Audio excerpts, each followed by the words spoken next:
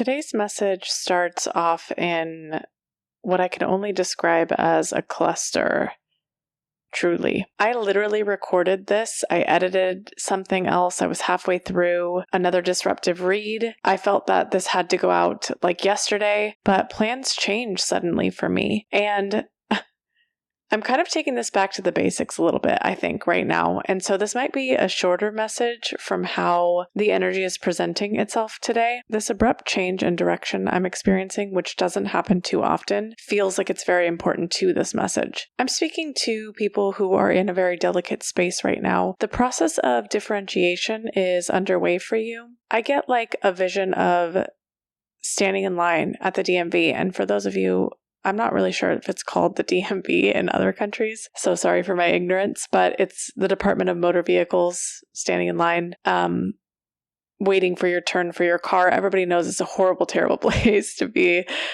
But the vision that or the energy that's being presented here is like waiting for your turn and then getting to the front of the line, it being your turn, but then sending you back and waiting again because something's wrong with that process. You may be feeling like I think this differentiation process, you may be feeling like you need to be different in some way at this time. Like you don't want to be a literal part of the masses, a sheep that's being herded, some sort of animal that's being like a part of a herd. And this could literally be a process of differentiating between your family or your home life at this time. And it could really feel burdensome. Like the energy is like thinking it's time, you get to the front of the line, and then being disappointed that you're not prepared in some way. This is already so interesting. I see you getting a lot of traction, usually. Like your typical sort of energy is traction, but it's slowed recently. So you could feel like things aren't moving. There's some sort of block there, especially as you get up to the line and you have to go back for some reason in some way. Really, I get the sense that something has definitely shifted for you. There's a big change here. This could be plans, home life. There's something different in the energy and it's very recent. So you're either rejecting the wait entirely or there's something different, like you're done with waiting, you're turning around, you're restarting the wait, you're going to a different place. If something hasn't changed like that, and you're still waiting in line, then you're desperately thinking you want to change that. You're in this energy, this space of like, why am I here? Why am I continuously going back up into this line? You're preparing your paperwork so you don't get turned away again, is what's being shown here. So I meant to keep this message short. That was clear to me at the beginning, but it's already kind of quite confusing. So really I'll say this. If you feel you're doing things more often lately that are just not feeding you as deeply as you desire, and you aren't experiencing as much joy as you want for them, then this message is definitely for you. This is your message. So interesting. The people I am speaking to today, they spend a lot of their time in what looks like doing what they feel they must instead of doing what they want or what feels good to them on a daily basis. This seems to be the main theme here. And if you are actually not doing what you must, not doing what you think you have to do, you are definitely thinking about what you have to do. There's a lot of thought going on about I should be doing this, I should be doing that. It's definitely in your head. There's a pressure to do the right thing constantly here. This is a very specific shape, but and I don't really know if this is important to the main message or not, but there's two types of people that are coming through. The first one is someone who feels they have to finish speaking very quickly. Your communication is very succinct.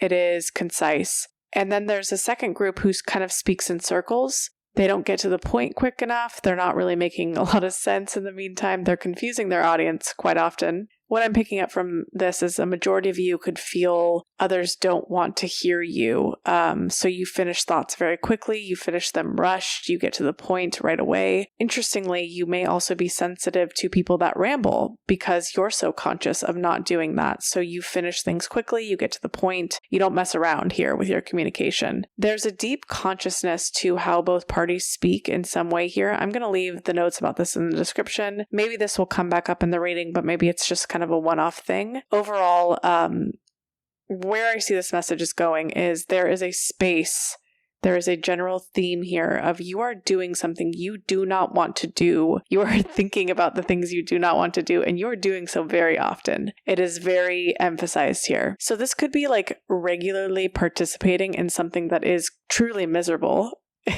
It could be full of friction. It could be full of dread. And for some reason, it's being really highlighted here. I really feel that dread with you. Spirit really wants me to pay attention to this. Spirit really wants you to pay attention to this. And this kind of looks like something that you might have a good reason here. There's a rationale behind why you are enduring such struggle, such misery. I see you kind of standing by something to explain why you are tolerating it. Like, for example, if it is a living situation that is making you miserable, that is full of sadness and grief, I see you pointing towards like financial responsibility as your reasoning. Like there's a very stern, rational thinking here that cannot really be objected to. Like it makes sense why you're doing it. And for another example is like, that's coming to mind is like, if it's a job, I see you have a plan to escape that job. It's not like you're just endlessly suffering here. There's a really important, logical, rational reason behind the misery. You have a plan to escape the job. You're using it to get ahead in some way. This has been thought through. You're very thoughtful. And the list keeps going. There's many different ways that this energy is being presented. Like it doesn't have to be those two things. It's just you have your reasoning behind why you are tolerating something that is not enjoyable for you at this time. It's very clear here. It's foolproof. So really, you're in kind of a state here where it looks like you are learning to flow more freely from a rigid structure. In the past, if it's not that, then it's vice versa. It is the opposite of that. The past had too much flow, and now you're structuring. The lesson here for both of you is finding more joy regardless of whether or not you're trying to be more rigid, whether or not you're trying to flow more. Both paths look like they're connected to joy and pleasure, especially at this time. This time is very, very important for joy and pleasure, even if it feels the opposite. You are being asked right now to take some time for joy, to take some time for pleasure, to step back from productivity and responsibility until you feel that pleasure fully, because I see there's a huge block in being able to fully experience joy and pleasure in its entirety. And it's been that way for some of you for a while now. Like, I kind of see you trying to have fun, but you're thinking and preoccupied with too many things. Like the DMV comes back to mind as like, you're thinking about that line when you're not in that line. You're thinking about all the things that you need to do. And so you're not really experiencing the full pleasure, the full joy of something at this current time. And the connection here is there's something about love, about connection, finding you easier as joy frequency becomes more present in your field again. Like you can feel joy and pleasure to its entirety. The pleasure energy is very important for you, and it's calling to you in some way. If love and connection is meaningful, or like you desire that, if that is something you really want, there's an important note here to take pleasure very seriously to be able to attract, to call in that deeper connection that you desire. It's like pleasure will call in more pleasure.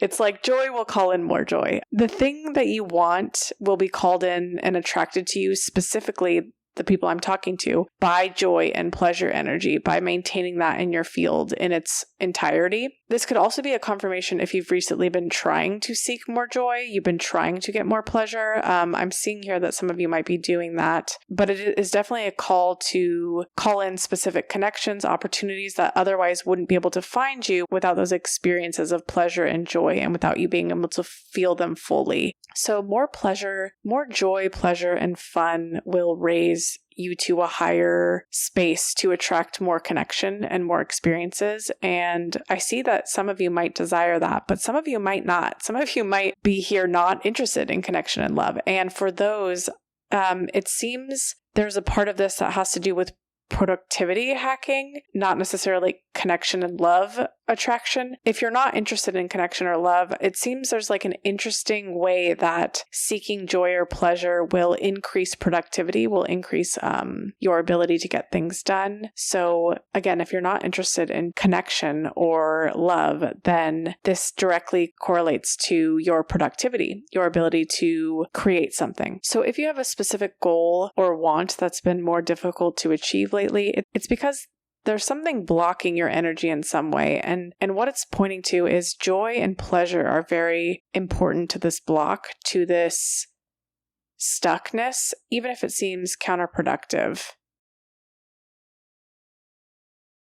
This is just like very stuck energy. I keep feeling how I got abruptly redirected to this reading after almost in the process of finishing my last reading. And it feels really important to who I'm speaking to. That experience, sharing that with you, is mirroring your experience in some way. Like you might be feeling redirection abruptly in so many places in your life, either at this time, either very recently. Like you might feel powerless to how the universe is kind of like moving you around, and you're trying really hard to flow with that, but it's feeling like it's speaking to you in some way. It's telling you something. It's like for you, it's disorienting. The change you're going through is causing some major discomfort. It's causing you to have to force flow when you don't want to, or like, for example, when you're pissed, you have to get back in line at the DMV again and restart the wait you just did, but you're trying really hard to surrender in some way is like the way that I could describe this. So if there's a block at this time, if you're feeling like you really resonate with that deep truth, it's really important that I stress this. It's really important that I stress to take a step back in the way that you're trying to push forward here. Like instead of getting back into that line at the DMV, the energy here is asking you to pause and come back to it another day. And this can show in pushing in creative pursuits, even though you feel like it's not working, or you're constantly readapting to something, or you're changing something over and over again. It's asking you to step back. It's asking you to not push forward, to not readapt. Really, it's kind of asking you to look at what in your life you feel will collapse if you do step back. And that is the thing to step back from. That's exactly how to tell which part of your life needs a step back right now, is what part of your life do you feel like if you did step back, if you did let go, that it would just completely collapse, or it would just fail. It would just explode. That is what is being asked for you to take a step back from at this time. So stepping back and not forcing consistency is important in some way. Like you could be, for example, here, these examples keep coming up freely, so maybe they'll apply, but you could be constantly going on dates, like say, for example, twice a month. You have it in your plans to do that. Or you could be working on a side hustle for X amount of times per week or X amount of hours, and you're kind of holding that in some way. There's something here about that consistency that you're holding is not the answer, which is kind of funny because it goes against everything we're told to maintain that consistency, to maintain that set amount of hours per week, to keep working towards our goals, what we want. But at this time, your message is like completely going against that belief. It is saying the way you'll actually move forward is not the way that you think you will, is not the way we've been taught you will. There's a need here to reconsider your push for consistency in the thing that you want, and to consider how your essence actually moves forward, as opposed to the mass majority of people. To me, consistency is good, right? I mean, it's important to work through something over time, to continue with something, to not give it up. But I think the message here is kind of saying there's something about conditioning and your specific way of productivity that is important. Really tapping into your productive needs is, quite frankly, the opposite of what we're kind of taught, of how we're kind of taught to manage our productivity, how we're kind of taught to manage our moving forward in some way. It's kind of funny because this is coming through as kind of another conditioning message. And I feel like that's been coming up a lot here, but this is what the collective is struggling with, or at least the ones I'm tapped into right now, is like, we're kind of shown these 9-to-5 models, these everyday grinds, these put in the work, but your brain, your body, or I should say most, are wired to ebb and flow. Like, we are spiritual beings, and we will have weeks where we are less productive and we just are existing, and then bursts, moments of creation where we move forward inconsistently. But most of the time when that actual model is talked about, or that actual functioning is talked about, it's labeled as divergent or a regulation issue. Because you're not consistent and outputting at this certain schedule every day, you are not functioning correctly, quote unquote. And so really that's just protection for the system. The system in society functions with that consistent output on that schedule, on that Monday through Friday 9-to-5 schedule. the truth is our system is designed to punish those who are more connected and tapped in and reward those who are more asleep and able to fit in that mold. And so that's where divergence and dysregulation labels kind of come in, is it quietly shames those who stray from conditioning back to remembering in some way. And that's what's really happening, is there's not a dysregulation problem there. Energetically, they are more in tuned, they are more aligned to their essence, but society doesn't know what to do with them. Society wants you to fit into the box, so when you stray outside of it, they're like, oh, you're a problem. And I see for you, I'm not saying that there's a dysregulation issue. I'm not saying that there's a divergence here. I'm saying that you are trying to fit into the conditioning here and you're not going anywhere. You're getting more stuck because you're actually meant to break that. You're actually meant to go outside that mold in some way and flow more naturally. And so that means that when you're listening to your intuition and moving on a more flow basis, then that daily grind, that daily consistency that you're holding in your head as so important, you're actually in sync with how your real creativity and production naturally work. And that's why there is a level of like it being heavily shamed as a regulation problem, as a divergence, because it goes against being the good little worker bee that corporate America wants us to be in some way. When you start actually creating with your essence, you actually start building something. You actually naturally align with creating. And where I see you're at right now is you're kind of like at a war, in a war space of like fighting between the two. Creation doesn't happen at the same time and at the same output each week. It is variable. It is not consistent. And so there are periods of huge push and then periods of stillness. And so it's kind of hammered into our brain that working this way is ineffective and it's a regulation problem. So there's doubt in that path forward. And that's created by the system. And so it's kind of keeping you, and I see people in this collective kind of stuck because you're meant to deeply tap into your creative flow. So you're experiencing this friction right now because you're being pushed by your higher self to get into that space, but you're still deprogramming. You're still dissolving some of the conditioning that exists within you. And so this is really loaded. It's a message that's drawing like a firm line on your path to be productive and the shape that society has defined and how it's actually kind of like hurting you and what you're able to specifically produce or get done. There will be some that are more effortlessly able to fit into the boxes, but I don't see that being you. So the message for you today is loaded, I know, but you are meant to break out of the mold outside of the box because you're meant to create more than those asleep will ever be able to do in some way. And so that's why you're experiencing this friction behind, I want to do more, but I simply can't. Your higher self is kind of pushing you at this time, and you're still unlearning some programming, some deep conditioning that exists within you about what productivity and creation look like. So even if it's just in your perception of what you need to happen, and that's not like an actual thing you're doing, it is kind of stopping you. It is hindering something. It is causing an energetic block from the real producing that you are able to do through an ebb and flow type of inconsistent path. And it's really a cycle here that is stopping the people like you who are meant to create more. It's almost like this conditioning is placed to confuse or to disorient or to cause friction, because if it wasn't there, then it would be too easy for you to create. There has to be some sort of challenge here. There has to be some sort of test. And so you're not meant to function in the box. Those boxes, the way that you're trying to structure your creativity, your output, your productivity is not going to help you create the things that you want to. Once you are more in flow and you are accepting that you aren't meant to be in that box and in that constraint, whether or not you are already on that path or you are going to be, I see it happening here. So you'll just start moving in a pattern over time where you start noticing things are not a daily cycle rhythm. It is over a large timeline, and you'll start to see things move much faster. So really, you are remembering here that conditioning has stopped you from doing the things that you're here to do, and you're kind of unlearning that. And I think incorporating joy and pleasure will help. That reminder will help you get into a flow more than just this structured box that you're trying to kind of fit in. It's really going to surprise you how far you go as you continue to get outside this box that has constrained you for so long. I see it being like when you look back, you'll just say, oh wow, this was meant to be all along. Welcome to episode 9.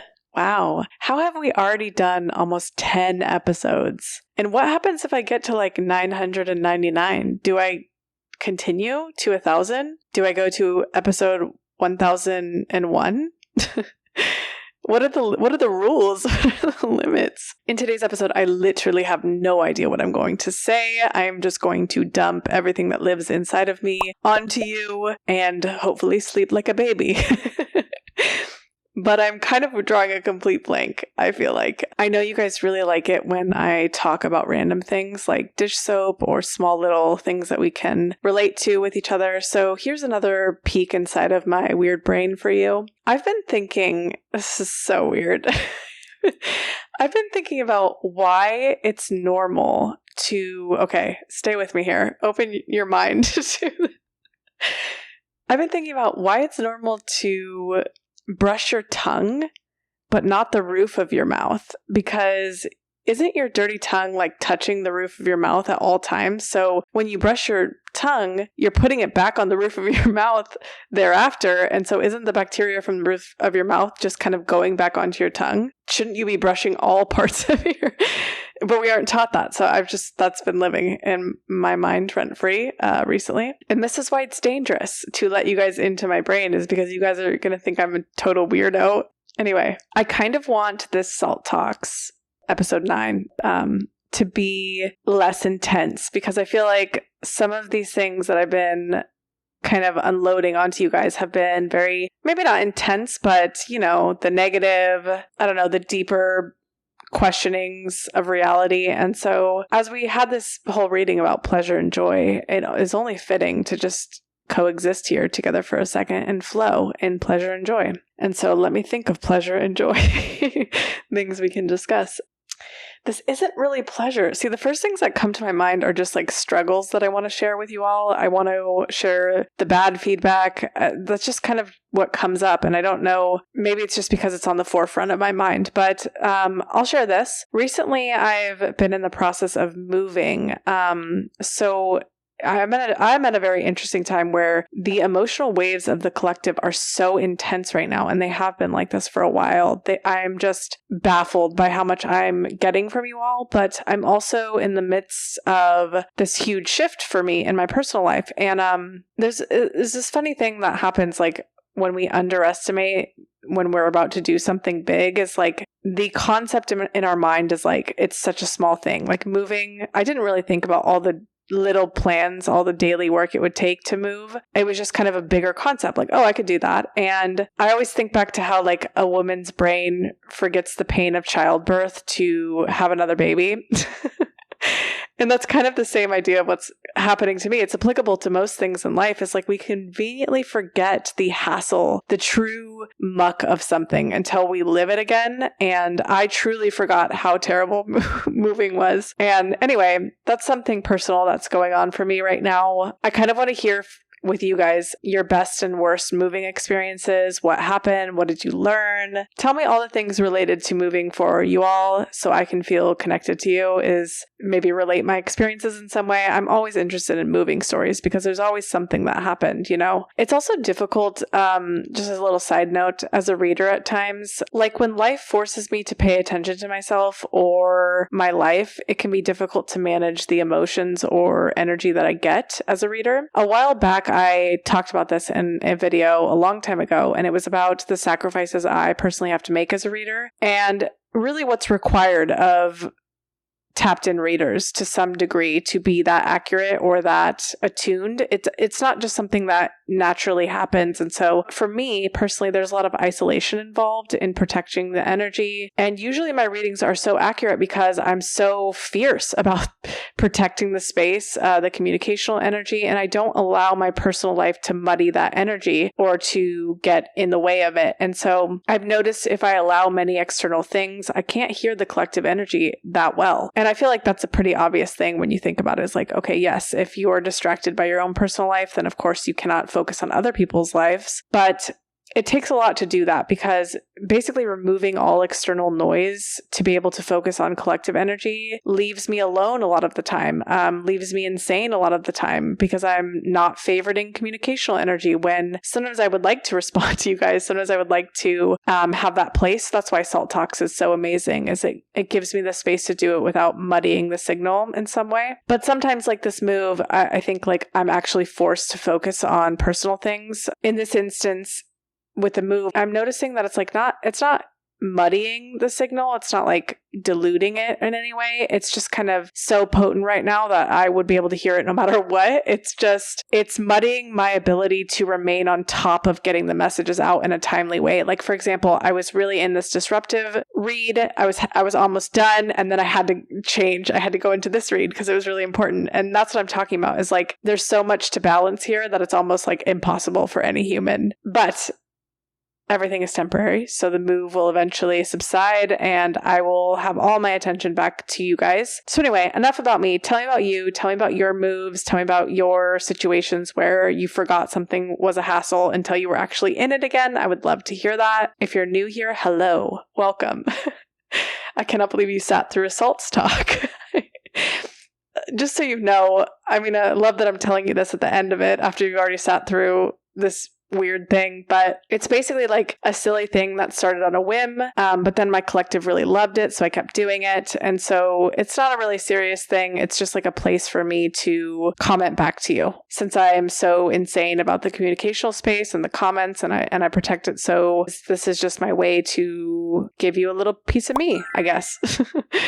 On that note, in regards to how I pick up energy and how I give accurate reads, if you want more detailed reads, if you felt like this was very detailed, keep nudging me, keep leaving comments, leave your first comment if you're new, so I can pick up on what is needed the most, and I can be able to prioritize messages more accordingly, and I don't get stopped right in the middle of a message to have a more important message go out. I love you guys a ridiculous amount. Cheers, friends.